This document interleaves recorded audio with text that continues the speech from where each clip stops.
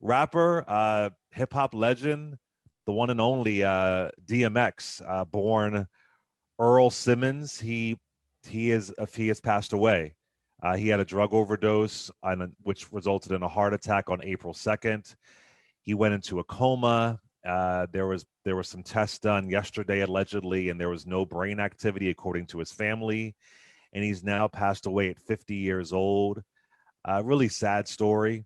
I think most people know that he struggled with drugs, with substance abuse, and just a loss for the hip hop community. Right. Some great songs like "Slippin'" and "Party Up in Here." He was really big in the early 2000s.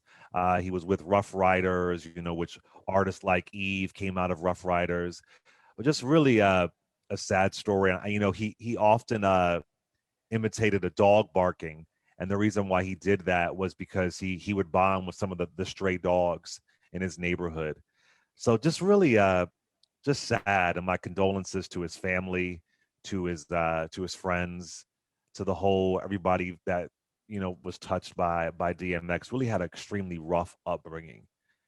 David, just your thoughts on the passing of DMX.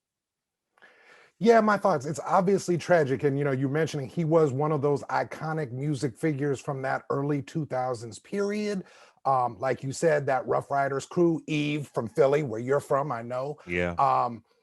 I was not a huge DMX head in the sense of his music. There were other rappers I was more into musically, but in terms of a cultural touchstone, he was one of those guys. I believe in the movie Belly. Mm-hmm. He had some of those hits, those party anthems, and some of those deeper anthems that resonated with people. Again, I wasn't deep into his music, but there was one line he had in that song, "What They Really Want," where he says, about three Kims, Latoya, Tina, and there was some about that about three Kims that just got me every single time. It was just such a like, yes, that's like real life. About three Kims. I don't know. He was a real guy, basically my same age, and so it's just a reminder that you can't take life for granted and life is short. And I know a lot of his fans are grieving him right now, and it's just another marker of what's been a very hard year. Clay, I know you did a whole show about it the other day, and I think it's great that you did. Can I just take this, my first opportunity, to talk about Midwin and just express my Please, condolences? please. I did not know Midwin Charles, but like so many Clay Nation listeners, so many people who keep up with news, I was an admirer of hers, and I had never worked with her. But when I saw her on cable doing her legal analysis, I always thought, she had such an engaging, such a beautiful, just radiant face. And her legal analysis was always just so incisive and precise. And I also am mourning her, and may her memory be a blessing. And I hope, her family is, sort of holding her in their arms and in their thoughts. Just a tough week on top of a tough, obviously already year for everybody, especially for people that were admirers of DMX and a Midwin Charles, no question. Yeah, we actually were hoping to have Midwin come on with you today. I know, I know, I That know. was I the was looking schedule. forward to it. I was looking forward Yeah, to it. that was certainly the schedule, and of course, we lost Miss Midwin Charles. So yeah, it is. Yeah, it's been a rough week. It's definitely been a rough week for Black media, specifically with Hmm. Midwin Charles and hip hop. And hip hop Right. definitely. I think when we think about someone like DMX, I think it's Yeah. important to have some sympathy as well. There is a conversation around him being a great hip hop artist, and him being a great lyricist, and his delivery, like whether or not you knew his music, you knew that voice. But Right. also about substance abuse. And I would oftentimes hear a lot of jokes about DMX and people calling him a crackhead, and some notable celebrities calling him a crackhead.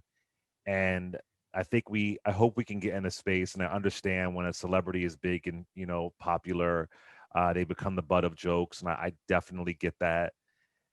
And I think with DMX, one of the most tragic stories is that he was actually tricked into smoking crack when he was 14 years old Mm. by a mentor of his named Reddy Ron. And I think Reddy Ron at the time was in his early 30s, and DMX is as a child at 14. He grew up in a really abusive household. He was in and out of institutions, and then at 14, he meets this person who's a mentor who triggered him to start rapping, and he was tricked into smoking crack. He was given a blunt, and it was laced with crack. It's really an sad story, and I just think sympathy is just so important. So let's listen to this clip, and this is emotional. Just wanted to give you a heads up of DMX explaining how he was tricked into smoking crack cocaine.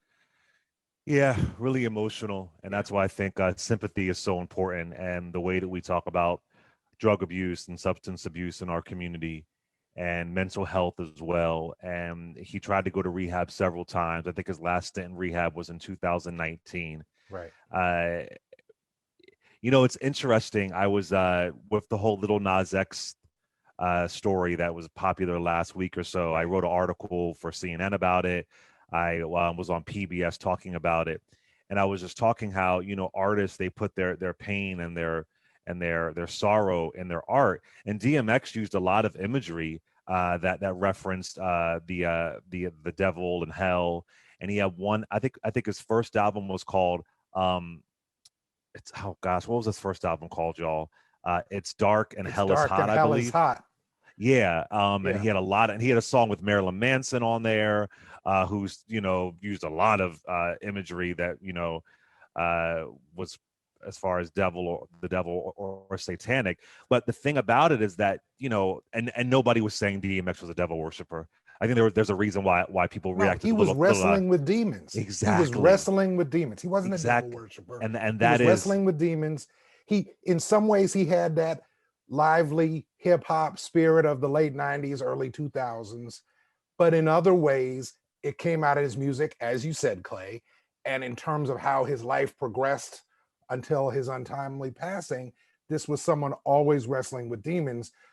That clip you played of him talking about his mentor slipping him drugs laced on the blunt, you could see that it was not just what happened was painful to him, it was painful to talk about it however many years later. And I'm sure that that pain never went away. That part where he says, how would you do that to a child? Doesn't matter if you're my mentor, doesn't matter if we did music together. How would you do that to a child? If I can go back to your earlier point, Clay, about people saying, oh, he was a crackhead. Look, on a variety of levels, whether we're talking about celebrities, whether we're talking about drugs, whether we're talking about a lot of different issues. We have talked about this on your air before. We have to find a way to have more compassion for people as people. Me, you, and Reese had that conversation a few weeks ago about the woman who accidentally put the Gorilla Glue in her hair, and yeah all the people, getting on her when she had just clearly made a mistake. It was a mistake. She didn't do it on purpose. yeah It's one, it's not other people's problem, but why do people have to pile in on her? yeah Same with DMX. You don't like his music, or you weren't a fan, or you didn't understand his struggle. Okay, that's fine. But to pile on someone who is struggling with drug addiction, we've gotten to this place where there's this weird lack of compassion for things that are just purely human. As a celebrity, of course, he had some privileges, he had some experiences and some successes that other yeah people didn't have, but he's still a person, and people yeah struggle. And that, I think, we need to get our hands around as Black people, as music fans, as Americans, as everybody.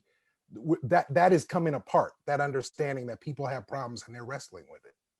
Yeah, because we so much of the time we don't have compassion for drug addicts. We say how they get that way, what's wrong with them? You're a crackhead, just get yourself together. Now, it's one thing if you're being violent and you are Right. hurting That's people different. or committing committing crimes. That's Right. different. But for most people who are on drugs, they are nonviolent, and it's just a lack of compassion and just kind of looking down on them and other celebrities too. I don't want to name any names. I could would say just terrible things about DMX, and now I see them tweeting now and posting images. But they were part of the part of the pile on, I should say. So yeah, Yeah. just wanted to give you all some context as you hear DMX's name. And people are going to reflect on him for the next day or so. That this is somebody who was given crack cocaine at 14 years old unknowingly by a mentor who at this point I would say was a predator, right? Just just really sad. Just really, really sad. Really sad. Yeah.